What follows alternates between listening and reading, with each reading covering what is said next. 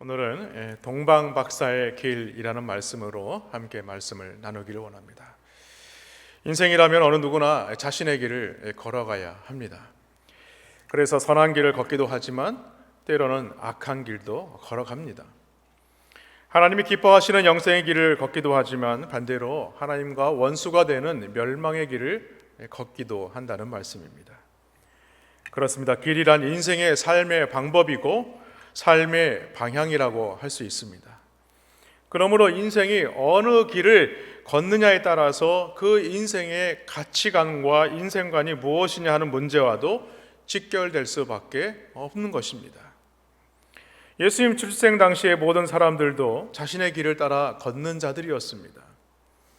헤롯 왕은 칼로 예수님을 맞이하는 그런 악한 길을 걸었고, 서기관과 이 대제사장은 예수님의 탄생을 알면서도 예수님을 영접하지 아니한 이 교만의 길을 걸었습니다. 그러나 동방박사들의 길은 어떻습니까? 하나님의 보내신 이 별의 인도를 따라서 말씀의 지시를 따르는 그런 축복의 길을 걸어갔다는 말씀입니다. 그들은 유대인이 아니었습니다. 더군다나 하나님이 보내신 선지자나 예언자도 아니었습니다. 나름대로 구세주를 찾기 위해서 길을 떠난 사람들이라는 것을 오늘 성경은 우리에게 말씀하고 있는 것입니다. 오늘 본문에 보니까 별이라는 말이 4번이나 등장하고 있는 것을 알 수 있습니다. 2절에 보면 그의 별을 보고 라고 했고, 7절에 별이 나타난 때, 그리고 9절에 동방에서 보던 그 별이 문득 앞서 인도하여, 10절에 그들이 별을 보고 매우 크게 기뻐하더라 라고 말씀하죠. 그들은 별을 관찰하다가 아주 이상한 별을 발견하게 됩니다. 그리고 그 별이 메시아를 알리는 별이라는 것을 확신하게 되죠. 그래서 동방을 떠나 메시아를 찾아 나선다는 내용이 오늘 본문의 내용입니다. 그래서 오늘 이 아침에는 동방 박사들이 걸어간 길이 어떤 길인지 함께 말씀을 살펴보려고 합니다. 먼저는 동방 박사의 길은요, 예수님을 찾아가는 길입니다. 마태복음 2장 1절과 2절 말씀에 보면은 동방으로부터 박사들이 예루살렘에 이르러 말하되 유대인의 왕으로 나신 이가 어디 계시냐? 우리가 동방에서 그의 별을 보고 그에게 경배하러 왔노라 라고 말씀합니다.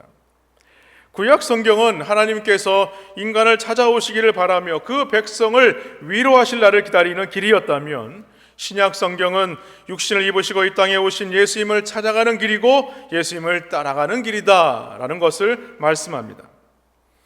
누가복음 2장 16절에 보니까 빨리 가서 마리아와 요셉과 그 위에 누인 아기를 찾아서 라고 말하고 있지 않습니까? 그리고 오늘 본문 2장 2절 말씀, 유대인으로 왕을 나신 이가 어디 계시냐? 우리가 동방에서 그의 별을 보고 그에게 경배하러 왔노라 라고 말씀하고 있죠. 당시에 많은 사람들이 메시아를 기다렸습니다만 그들은 예수님을 찾지 못했습니다. 찾지를 않았다는 거예요.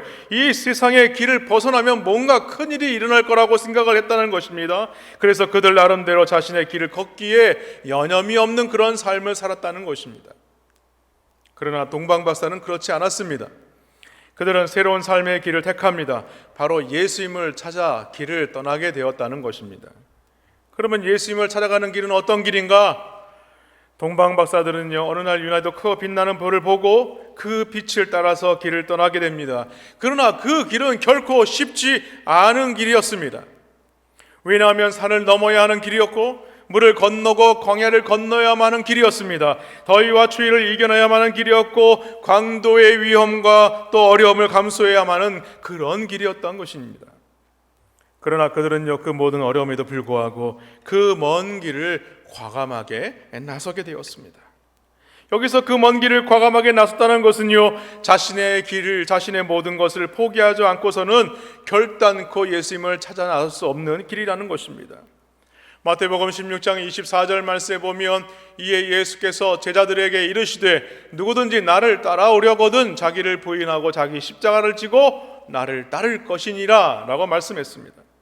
여기서 자기를 부인하고라는 말은요, 자신과 세상에 대해서 포기한다 라는 뜻입니다. 그렇습니다. 우리가 구세주가 되시는 예수님을 찾기 위해서 포기해야 할 것이 있다는 것입니다. 그것은 이 세상의 안일과 평안을 포기하는 것입니다. 오늘 동방 박사들은요, 그들의 안일한 삶, 안락한 삶을, 평안한 장소를 포기했습니다. 또한 동방 박사들은요, 자신들의 생업을 포기하고 오늘 예수님을 찾아 나선 것입니다. 무슨 말이냐면 예수님이 없는 사업, 예수님이 없는 학업, 예수님이 없는 부귀영화는 하나님을 영화롭게 하지도 못할 뿐만이 아니라 자신을 유익하게도 할 수 없다는 말입니다. 이처럼 예수님을 찾아가는 길은요, 영적 싸움의 길이라고 할 수 있습니다. 여러분, 동방 박사들이 떠난 그곳은 우리가 성경에 보면 많은 선지학 작자들이 바사라고 말을 합니다. 바사라고 가정할 때의 동방 박사의 길은요, 멀고도 험한 길이었습니다. 적어도 바사에서 예루살렘으로, 예루살렘에서 바사로 오가는 길은 적어도 3개월이라는 긴 시간이 필요한 시간이었습니다. 동방 박사는요, 그런 긴 시간임에도 불구하고 구세주가 되시는 예수님을 찾기 위해서 이러한 어려운 위협들을 맞서 싸웠던 것입니다. 바사에서 예루살렘까지 오는 도중에는요, 아라비아의 사막지대가 막혀 있었습니다. 그 아라비아 사막을 직접 횡단해야만 했다는 거예요. 여러분 잘 알다시피 사막지대는요, 일기의 변화가 아주 심한 곳입니다. 낮에는 너무 뜨겁고 밤에는 너무 추운 곳이 바로 사막입니다. 게다가 맹수의 출몰이 비일비재했습니다. 또한 이 동방박사들은 보물을 가졌기 때문에 강도 때의 습격을 받을 수 있는 그런 상황이었다는 거예요. 그러나 그런 위험성이 많음에도 불구하고 그들은 두려워하지 아니하고 오늘 이 땅에 오신 예수님을 찾아서 그들은 그 길을 찾아 나섰던 것입니다. 그렇습니다. 그들이 만약 환경과 여건만을 바라보았다면 그들은 얼마 안 되어서 목마름에 지칠 수밖에 없었을 것입니다. 허기짐에 지칠 수밖에 없었을 것입니다. 피곤함 때문에 가던 길을 멈춰서야만 했을 거라는 겁니다. 그러나 그들은요, 구세주가 되시는 주님의 탄생을 바라보면서 열정과 열심을 품고 그 험난한 아라비아 사막을 횡단하게 됩니다. 사랑하는 여러분, 예수님을 찾는 문은요, 좁은 문입니다. 그 길은 협착하여서 찾는 이가 적다고 했습니다. 또한 예수님을 찾는 길은 십자가의 길이고 고난의 길이라고 우리에게 말씀합니다. 그러나 우리가 예수님을 찾아야만 하는 그 이유가 어디에 있느냐? 바로 이 길만이 사는 길이기 때문입니다. 이 길만이 축복의 길이요, 이 길만이 영생의 길이라는 사실입니다. 그러므로 우리는 이 길을 찾아서 나서는 그러한 삶을 살아야 할 줄로 믿습니다. 둘째로 동방박사의 길은 어떤 길이냐? 별의 인도를 받는 길입니다. 오늘 마태복음 2장 2절 말씀, 유대인의 왕으로 나신 이가 어디 계시냐? 우리가 동방에서 그의 별을 보고 그에게 경배하러 왔다라고 말씀하죠. 또한 마태복음 2장 9절 말씀에 보면 박사들이 왕의 말을 듣고 갈새 동방에서 보던 그 별이 문득 앞서 인도하여 가다가 악이 있는 곳 위에 머물러 서 있는지라 라고 말씀하죠. 동방박사들은요, 예수님을 찾아올 때의 별의 인도를 받았다는 것입니다. 마태복음 2장 2절에 그의 별이라고 한 것은요, 하나님의 별, 즉 하나님의 심부름을 하는 별을 가르치는 것입니다. 그리고 마태복음 2장 9절, 그 별이 문득 앞서 인도하였다. 이 말은요, 별이 동방박사를 주님께 인도했다는 말씀입니다. 이것이 바로 주님의 인도하심이라는 것을 우리에게 말하고 있는 것입니다. 또한 마태복음 2장 10절 말씀에 보면 그들이 별을 보고 매우 크게 기뻐하더라 라고 말씀하죠. 그렇습니다. 지금까지 인도해 오던 별을 통해서 예수님을 찾을 수 있게 되었다는 겁니다. 그래서 그 박사들은요, 크게 기뻐할 수 있었다 라고 말씀합니다. 그러나 오늘 우리가 사는 이 세상은 어떻습니까? 문자 그대로 불행한 세상입니다. 고통스러운 세상입니다. 아마 인류 역사 이래로 지금처럼 불안한 시대는 없었다는 겁니다. 코로나19로 인해서 팬데믹 현상이 전 세계를 덮고 있고, 가정은 가정대로, 또 경제는 경제대로, 사회는 사회대로, 국가는 국가대로 불안한 상황을 살고 있는 것이 바로 우리가 살고 있는 오늘의 현실이라는 것입니다. 철학자 키에르케고르가 이런 말을 했습니다. 소망을 잃어버리는 것은 죽음에 이르는 병이다. 무슨 말이냐면 희망을 잃어버린 사람들처럼 불행한 사람이 없다는 말입니다. 그렇습니다. 그 별이 없는 삶을 살아가는 사람은요, 비참한 삶을 살 수밖에 없다는 거예요. 왜? 그들에게는 소망이 없기 때문에. 성경에 보면 그리스도는요 광명한 새벽별이라고 했습니다. 밤이 지나고 새벽이 올 때 새벽별은요 유난히 더 빛이 나는 것입니다. 그러므로 우리는 어두운 밤에 광명한 새벽별 되시는 예수님을 바라보아야 할 줄로 믿습니다. 그분은 우리에게 새 희망과 새 소망이 되신다는 사실을 믿으시기를 주님의 이름으로 축원합니다. 그리고 동방박사들은요 별을 바라보기만 한 것이 아니었습니다. 이제는 예수님이 계신 곳으로 들어가서 예수님께 경배를 했습니다. 그리고 가장 귀한 예물을 아기 예수님께 드렸던 것이죠. 그러므로 우리는 동방박사이기만 아니라 모든 인류에게 참 소망이 되시는 예수 그리스도를 우리는 기쁨으로 맞아들여야만 하는 것입니다. 무엇보다도 더 성탄의 별을 기뻐하고 기뻐한 이 큰 기쁨이야말로 참된 기쁨이 될 수 있는 것은 무엇이냐? 바로 예수님께서 육신을 입고 이 땅에 오신 것은 바로 이 인류의 모든 죄를 대속하시기 위함이라는 것입니다. 우리는 죄로 말미암아 이 땅에서 영원히 멸망당할 수밖에 없는 그런 존재였다는 것이죠. 그러나 예수님께서 육신을 입으시고 이 땅에 오심으로 말미암아 우리의 모든 죄를 짊어지셨다는 것입니다. 그러므로 우리는 기뻐해야 하는 것입니다.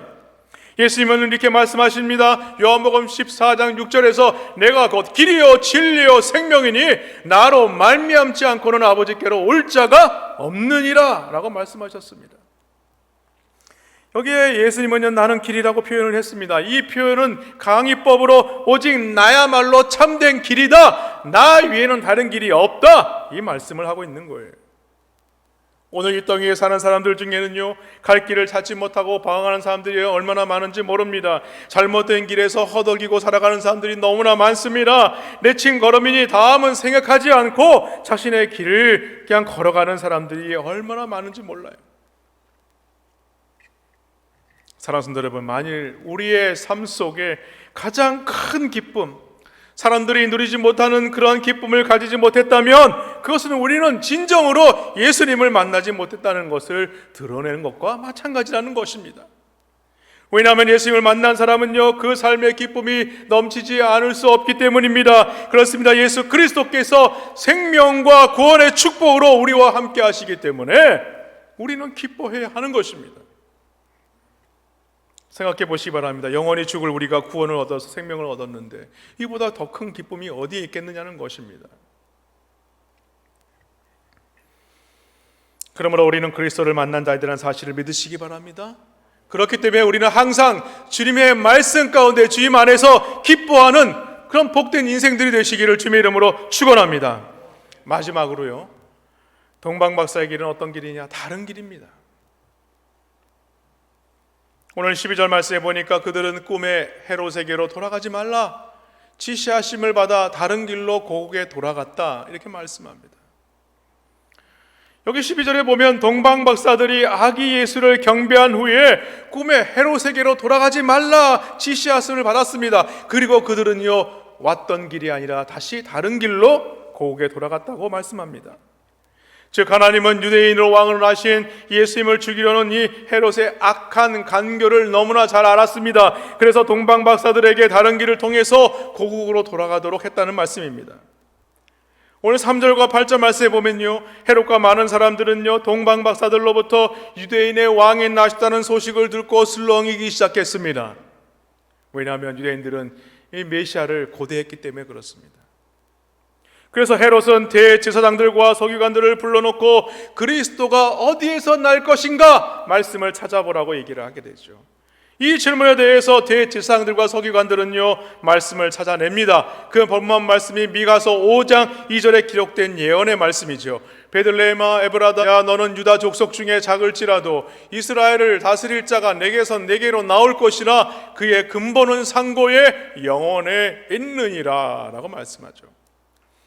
무슨 말입니까? 종교 지도자들은요 예수님이 베들레헴에서 태어날 것임을 너무나도 잘 알고 있었다는 거예요. 말씀이 예언하신 그 말씀에 대해서 잘 알고 있었다는 것입니다. 그럼에도 불구하고 그들 중에 어느 누구도 그들은요 예수님께 나아가 경배하지 않았습니다. 오로지 동방박사들을 베들레헴으로 안내만 했다는 것이죠. 그렇습니다. 성경이 뭐라고 말하고 있는지 구체적으로 가르치고 안내하는 일까지는 잘하는 자들이지만 자신 스스로가 주님을 찾아가서 왕 대신 주님께 경배하며 예배하는 삶을 살지 않았다는 것입니다. 그리고 헤롯 왕은요, 이런 마음을 속이면서 동방 박사들에게 이렇게 말을 합니다. 마태복음 2장 8절 말씀이죠. 가서 아기에 대하여 자세히 알아보고 찾거든 내게 고하여 나도 가서 그에게 경배하게 하라. 그러나 이러한 마음은요, 헤롯의 본심이 아니었습니다. 겉으로는 예수님의 탄생을 환영하는 것처럼 보이지만 속으로는 그렇지 않았다는 거예요. 왜냐하면 그는 자신이 자신의 정권에 방해가 되는 모든 사람들을 다 죽였기 때문에 그렇습니다. 그는 가장 가까운 장모를 죽이고, 그리고 아내를 죽이고, 세 아들을 죽이고, 처남까지 죽인 자이기 때문에 그렇습니다.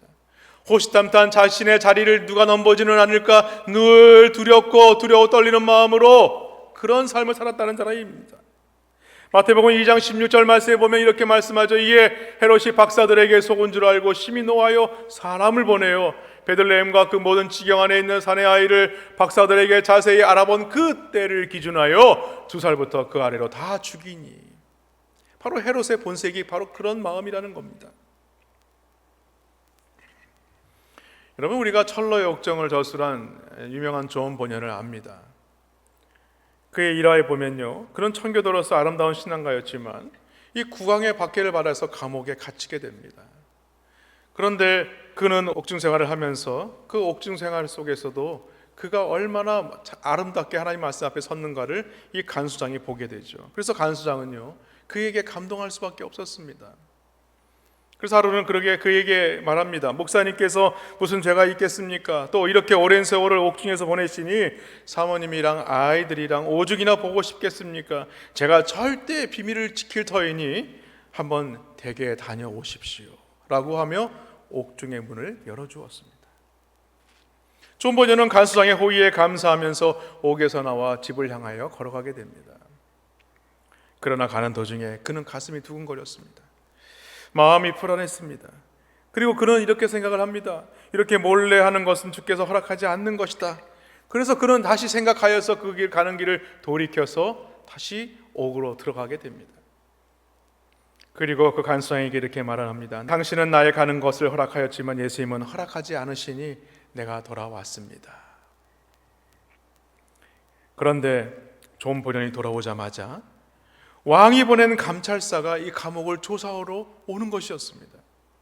놀란 간수장은요, 너무나 당황할 수밖에 없었습니다. 만일 존 번연이 감옥에 없었더라면 자신은 처벌을 면할 수 없었기 때문입니다. 그래서 감찰사가 돌아가는 후에 간수장은요, 존 번연에게 이렇게 말을 했다고 합니다. 목사님이 내 말보다 예수님의 말씀을 들었기 때문에 목사님도 살고 나도 살았습니다. 예수님의 지시를 받는 것이 나의 지시를 받는 것보다 훨씬 중요한 것입니다. 이제부터는 제가 목사님에게 어느 때에 가시라 오시라 하지 않을 터이니 목사님께 지시하시는 그 예수님의 지시대로 가고 싶을 때 가시고 오고 싶을 때 오시기 바랍니다 라고 말을 했다고 합니다. 그렇습니다. 다른 길은 어떤 길이냐? 오늘 12절에 이 하나님의 지시를 하시는 말씀대로 순종하는 길이라는 것입니다. 하나님이 지시하시는 대로 돌아가는 길이라는 것입니다. 하나님 말씀하시는 길로 따라가는 길이라는 것입니다. 하나님 말씀하신 길로 믿음으로 신뢰하며 걸어가는 길이라는 것입니다. 악한 왕인 헤롯에게로 돌아가지 않는 길이고 다시 옛날의 죄악된 생활로 돌아가지 않는 길이라는 것입니다. 다시 말해서 다른 길은 어떤 길이냐? 예수님과의 계속적인 지속적인 그런 교제를 갖는 길이라는 말씀입니다. 그렇습니다. 예수님께 경배한 동방박사는요, 육신으로는 아기 예수를 떠나갔지만 아기 예수 그리스도의 모습을 잊을 수가 없었을 것입니다. 말교에 탄생하신 그 예수님께 경배하며 그 예수님을 보면서 그들 마음속에 이 땅에 오신 예수 그리스도께서 참으로 이 땅의 모든 죄를 짊어지시고 이 땅에 오셨구나. 그들의 그 예수님을 바라보면서 동방박사들은 마음으로 소망하였고 또 기쁨으로 그 길을 돌이킬 수 있었을 것이라는 말씀이죠. 사랑하는 성도 여러분, 성탄을 맞이하여 동방박사들처럼 예수 그리스도를 마음속에 모시는 여러분들이 다 되시기를 주님의 이름으로 축원합니다. 예수 그리스도와 계속적인 교제를 나누시는 성도님들이 되시기를 주님의 이름으로 간절히 축원합니다. 말씀을 맺습니다. 경배를 마친 동방 박사들은요, 오늘 헤롯을 만나지 말라는 지시를 받고 다른 길을 통해서 고국으로 돌아갔습니다. 그들은 별의 지시를 받고 길을 떠났습니다만 이제는 돌아가는 길도 하나님의 지시를 받고 돌아간 것입니다. 사랑하는 성도 여러분, 우리가 길을 걷다 보면요, 가고 싶은 길이 있고 또 가고 싶지 않은 길을 걸을 때가 있습니다. 또한 하나님께서 만들어 놓으신 길이 있는가 하면 또 하나님께서 막으시는 길이 있는 것입니다. 마태복음 7장 13절과 14절에 보면요, 좁은 문과 넓은 문이 있다라고 성경은 말씀하죠. 좁은 문은 찾는 이가 적지만 그 길은 영생하는 길이다. 그러나 넓은 길은 찾는 이가 많지만 그 길은 멸망하는 길이다 라고 말씀하죠. 이미 걸어왔던 길, 내가 잘 아는 길은요, 돌아가기 쉬운 길입니다. 그러나 생성한 길은요, 다른 길이기 때문에 부담스럽고 힘들고 어려운 길입니다. 그런데 중요한 것은요, 하나님은요, 이 동방 박사들에게 꿈을 통하여서 다른 길로 돌아가라고 지시하셨다는 것입니다. 만일에 이때 박사들이 자신들의 경험이나 지식을 믿은 나머지 헤롯에게로 돌아가서 아기 예수께 경배한 사실과 아기 예수님이 어디에 계신다는 사실을 말했다면 자신의 생명은 물론 이거지와 아마 아기 예수의 목숨도 위태로웠을 것이라는 말씀입니다. 동방 박사들이 돌아갔던 다른 길은요, 생소하고 힘들고 어렵고 다른 길이었습니다. 따라서 그 길은 더딘 길이고 예상할 수 없는 길이었다는 것입니다. 그러나 그 길이 사는 길이요, 생명을 얻는 길이란 사실이죠. 때로 우리는 하나님께 자신이 원하는 길로 가게 해달라고 기도할 때가 많습니다. 그 길을 바르니 내가 사는 길이라고 얘기를 합니다만, 그러나 하나님은 그 길을 닫으실 때가 있다는 것입니다. 무슨 말씀이냐면 그것은 내가 구한 것에 대한 거절과 같은 것입니다. 그 이유로 우리의 생명을 얻게 하시려는 하나님의 은혜라는 사실을 우리는 잊어서는 안 되는 것입니다. 왜? 우리가 그 길을 걷게 되면 반드시 우리에게 어려운 일이 닥칠 것이라는 것을 하나님은 너무나도 잘 알고 계시기 때문에 그렇습니다. 그러므로 오늘 동방 박사들에게 이 다른 길을 제시한 것은 그들이 오히려 쉬운 길을 다시 돌아가는 것이 더 좋았을 것이지만 그들은 먼 길을 돌아서 다시 다른 길로 고국으로 돌아가게 된 것입니다. 사랑하는 성도 여러분, 그러므로 오늘 우리가 주의 말씀을 붙들고 살기 원하는 것은 주님이 보여주시고 주님이 가르쳐 주시는 그 길이야말로 주님이 원하시고 기뻐하시는 길이란 사실을 믿으셔서 오늘도 하나님의 말씀 가운데 하나님의 오심을 기뻐하며 경배하는 삶을 살아가시는 우리 모든 성도님들 되시기를 주님의 이름으로 간절히 축원합니다.